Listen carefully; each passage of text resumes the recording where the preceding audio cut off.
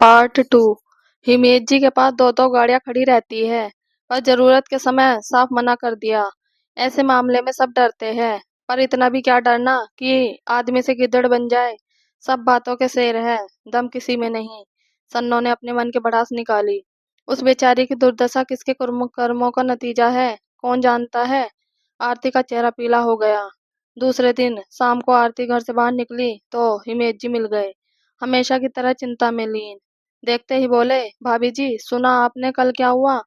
जी, सन्नो ने बताया था। मैं कहता था ना, आजकल जमाना लड़कियों का बाहर निकलने वाला नहीं है। मुझे देखिए, दो तो गाड़ियां घर में रखी छोड़ी है। मजाल है जो मेरी बेटी अकेले दुकेले कहीं निकल जाए। मैं तो कहता हूँ आप भी अपनी बिटिया को यूं अकेले बाहर ना जाने दिया करे। गाड़ी नहीं है तो कम से कम ऑटो कर दीजिए। 4-5 दिन पहले उसकी स्कूटी भी शायद खराब हो गई थी। आरती समझ गई थी कि उन्होंने उन लड़कों को निधि की स्कूटी स्टार्ट करते देख लिया था, और अब वे एक अच्छे पड़ोसी होने का फर्ज उन दबेड़ के शब्दों में उसे आगाह करने की कोशिश कर निभा रहे थे। आज न जाने क्यों आरती को हिमेश जी की बातों से कुछ कोफ्त सी हुई। उन्हें लगभग टालती हुई सामने बने पार्क की बेंच पर बैठ गई। सुबह से जी मिचला रहा था। शायद कल रात हुई घटना ने उस पर असर किया था। तभी हिमेश जी की पत्नी अपनी बेटी सुप्रिया के साथ आती दिखी। वहां खड़े दोनों लड़कों ने उसे अजीब नजरों से देखा, फिर मुंह घुमा लिया। आरती ने आज तक सुप्रिया को किसी से बातचीत करते नहीं देखा है। हिमेश जी ने बताया था कि उनकी बेटी रिजर्व स्वभाव की है। अरे भाभी जी, आज अकेले? भाई साहब नहीं दिख रहे हैं, अहमदाबाद गए हैं।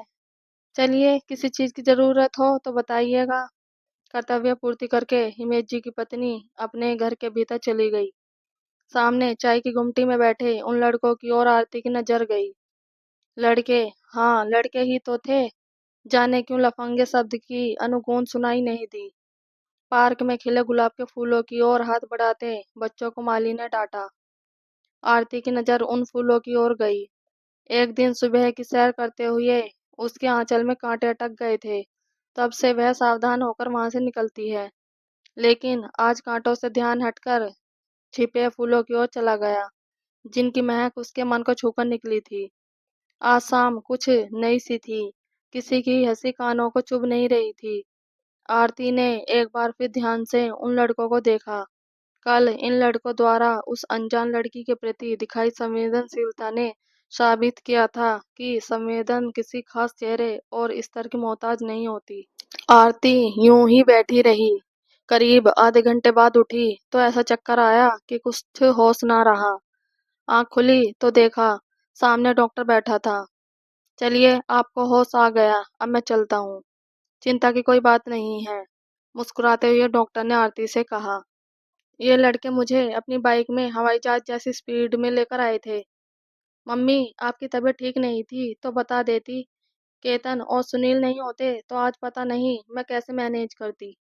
इन बेचारों ने मेरी वजह से खाना भी नहीं खाया है, तब से यहीं भूखे बैठे हैं। कौन? आरती अवाक सी उन केतन और सुनील नाम वाले लफंगों को देखती रही। निधि ने धीरे से आरती के हाथ को दबा दिया। उसे डर था इन बेचारों के प्रति चेहरे पर नफरत ना आ जाए। आंटी जी, आज हमारा पिक्चर देखने और बाहर खाना खाने का प्रोग्राम था, इसलिए सन्नो दीदी को मना कर दिया था। हम जाने ही वाले थे, लेकिन देखा आप अचानक गिर गई। सोच ही रहे थे कि क्या करें, तब तक दीदी आ गई। उन्होंने बताया कि आपको स्पॉन्डिलाइटिस की वजह से चक्कर आ जाते हैं। गिरने की वजह से आपके सिर पर चोट लग गई, तो हम घबरा गए थे। आज तो तुम लोगों को खाना भी नहीं मिलेगा। कोई बात नहीं, केतन की मम्मी के बनाए लड्डू है, उन्हें खाकर हमारा मस्त काम चलेगा। आरती ने पूछा, तुम लोग यहाँ अकेले रहते हो? आंटी जी, यहाँ पास वाली गली में 4 लड़कों के साथ एक कमरे को साझा कर रहे हैं। हम दोनों बीटेक और वे दोनों लड़के एक टेक्निकल ट्रेनिंग कर रहे हैं। इम्तिहान खत्म हो गए हैं, पर घर नहीं गए। यही 3-4 घंटे पार्ट टाइम नौकरी में समय बिता रहे हैं। जेब खर्च निकल आता है, मतलब किताबों वगैरह के लिए। सुनील ने सफाई दी।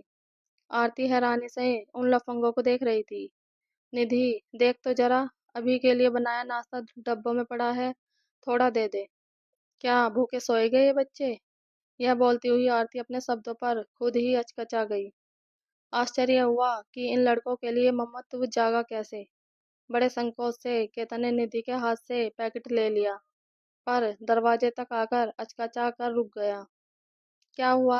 निधि ने पूछा, तो केतन ने कुछ संकोच से कहा, 1 मिनट बाद जाएंगे। क्यों?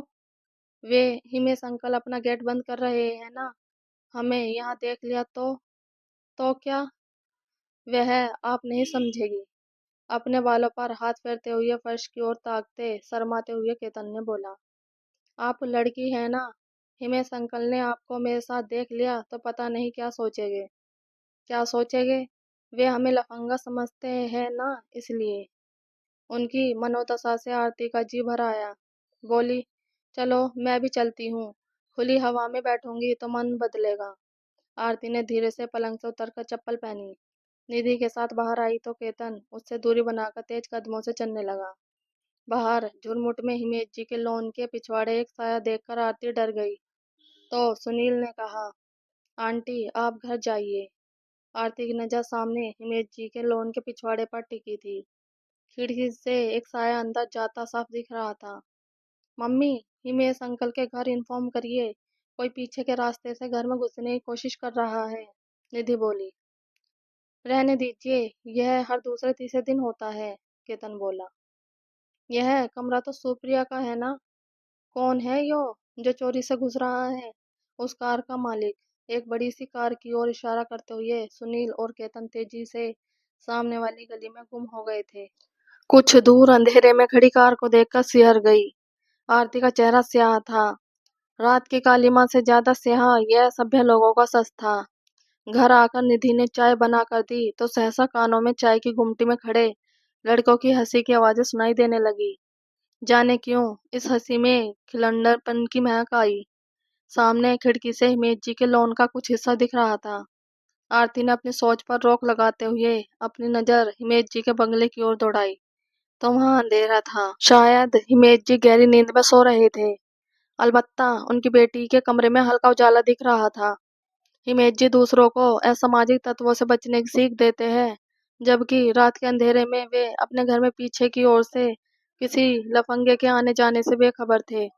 आरती ने चुपचाप अपने कमरे की खिड़की बंद कर दी और सोने के लिए चली गई। Thanks for watching.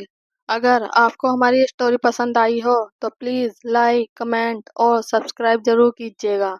Thank you.